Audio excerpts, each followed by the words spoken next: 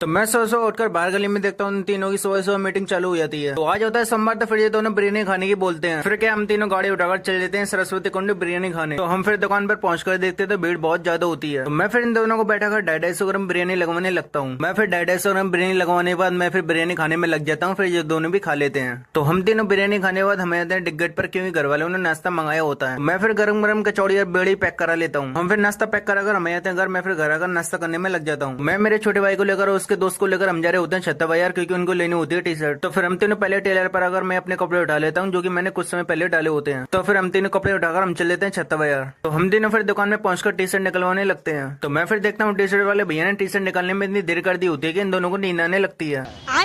तो फिर काफी देर इंतजार करने के बाद हमारी टी शर्ट आ जाती है। फिर ये टी शर्ट चेक करने में लग जाता है। तो हम फिर टी शर्ट पैक कराकर हम चल लेते हैं घर। उसके बाद मैं फिर चल लेता हूँ गलदेश्वर मंदिर दर्शन करने के लिए। तो मुझे मेरे रास्ते में दोस्त भी मिल जाते हैं। तो हम तीनों मंदिर पहुंचकर देखते हैं तो भीड़ बहुत ही ज्यादा होती है।